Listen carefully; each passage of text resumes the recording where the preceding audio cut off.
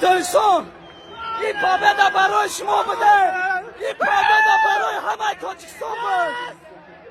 Мотивация президента страны и эмоциональная поддержка тренера вывели таджикскую сборную в 1/8 финала Кубка Азии по футболу впервые за всю историю таджикского футбола.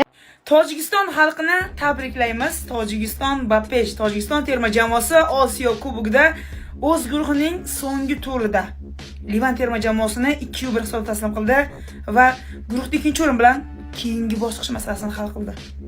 Qoyil qolishga tojikistonliklarga ajoyib futbol namoyish etyapti. Olg'a Tojikiston terma jamoasi. Tojikiston Bapesh. Мотивация президента страны и эмоциональная поддержка тренера вывели таджикскую сборную в 1/8 финала Кубка Азии по футболу впервые за всю историю таджикского футбола. Это была напряженная прекрасная игра в Дохе, за которой с надеждой следили таджикистанцы по всему миру. Перед началом игры особую мотивацию наши ребята получили от президента страны Эмомали Рахмона. Ему и всему Таджикистану посвятили свою победу таджикские футболисты. Всех таджикистанцев с этой победой поздравил и тренер национальной сборной Петр Сегерт. Таджикистан вошел в число 16 сильнейших команд Азии. Это уже большая победа, отметил хорват.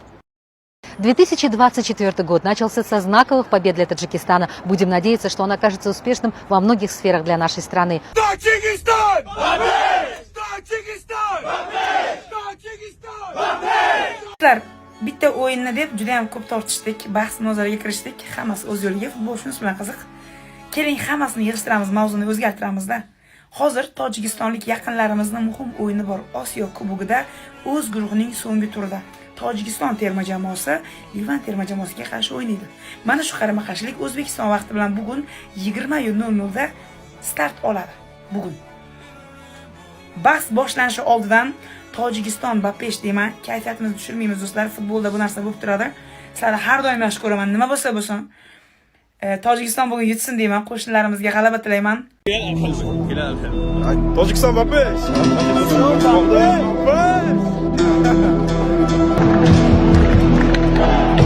Do'st bilan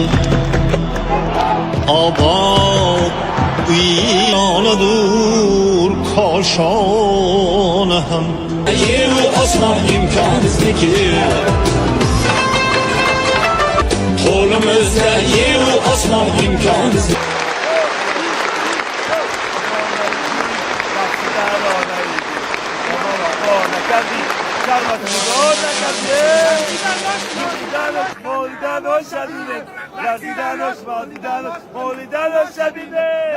Butun Tojikiston xalqini g'alaba bilan tabriklaymiz va tarixiy g'alaba nimchorak finalga yo'l oldi, guruhdan chiqdi. Hamda Xitoy va Livan jamoalarini ortda qoldirdi. Barakalloh!